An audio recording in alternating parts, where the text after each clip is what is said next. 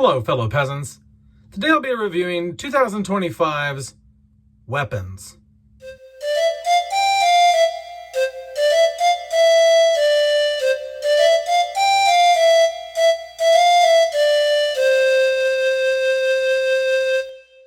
Okay, so I got around to watching Weapons. This came out in theaters, I think, over the summer, and I think maybe even last month, maybe. And anyway, my parents rented it on Amazon Prime, so I checked it out on there. What is Weapons about? Well, heads up, this is a spoiler review. I'm gonna be going into things that are spoilers. So if you haven't seen Weapons, you might want to check out now. 3, 2, 1, here we go. All right, so Weapons is about a small town where 17 children went missing. They all went missing from this particular classroom. None of the other children in the school disappeared. Only this one teacher's students disappeared, except for one kid. Only one kid did not disappear.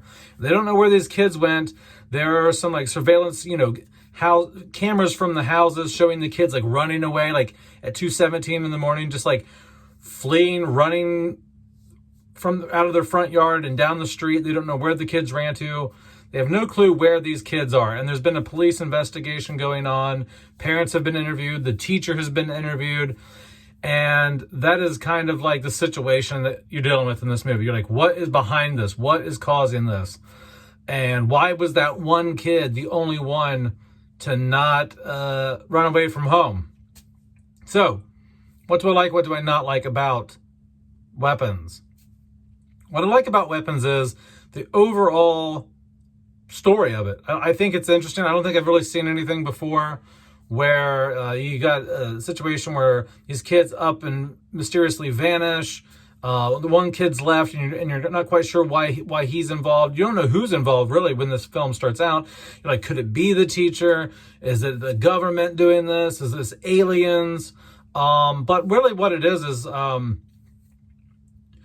the kid who didn't disappear, the one kid, his aunt comes into town to stay with his parents, and she's a witch. And the witch aunt she thrives and survives off the life, the essence of other human beings. Well, the parents weren't enough to keep her alive, to keep her going. So she told her nephew, she's like, go to school, get a belonging from each one of the students in your class. And then she rings this little bell, and the kids come flying out of their home. And she was using their life force to survive, or something like that. And so I do think it's an interesting story. It's an interesting premise. It keeps you wondering the whole time, okay, what's going on? Who's involved here? And so I do like the general idea, the basic synopsis of this film is very interesting. What else do I like? I think it's shot very well. I think that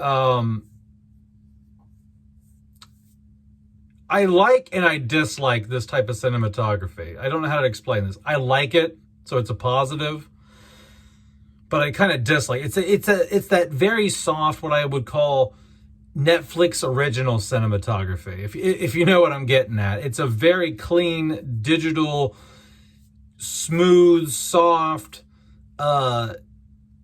image, and there's nothing wrong with that. It's just, I associate that type of cinematography with straight-to-video original Netflix films, really, like Stranger Things and and whatnot. So anyway, I like it. It looks good. It's slick. It's well shot. The camera angles are nice. The color grading here is nice. It's a nice film to look at. It's just when it's that slick and it's that nice looking, it just has that sheen of straight to streaming Netflix original quality to it for whatever reason in the back of my mind. Anyway, I think the performances for the most part are really good. I'll get into the negatives on the performances, but overall I think the performances are really good. The special effects here for the most part are really good. Like when they rip the witch apart at the end, the kids rip the witch apart in the front yard, they're pulling her apart, that's practical effects. When the parents are stabbing themselves in the faces with the forks, That's pretty cool.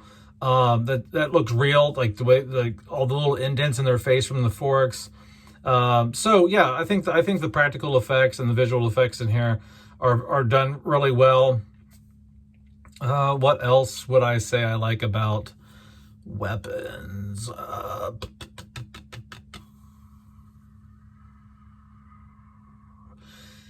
I think the environment's cool. Like, and by environment, I mean just like the setting, the small town.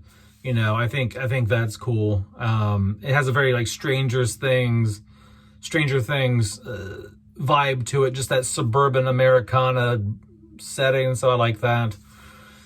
What do I not like about Weapons? What I don't like about Weapons mostly is the humor put into this. And this is the same issue that I had with Barbarian. And this film is done by the same people who did Barbarian. So I think what's happening here is like, what I noticed with Barbarian when I watched it was it's very dark, it's very serious, and as the film goes on, it gets gradually goofier and goofier and goofier to the point that it loses any creepiness really at all. It almost becomes like 50-60% becomes a comedy horror by the end. You know, it becomes outlandish and goofy, and you don't feel like it's taking itself seriously. And that's what this film did. It starts off very dark, very serious, like where are these kids, who's involved, and the tone is very dark and serious. And then as it progresses, it just gets goofier and goofier and goofier, and you just lose what draws you in the first act. Like the first act is very serious, and then, you know, so you're just kind of like, damn, like I wish you would have just held that tone through the whole entire movie, because it would have been a lot better, I think. And I don't know if that's done intentionally. I mean, this is the second film from these people that have done this.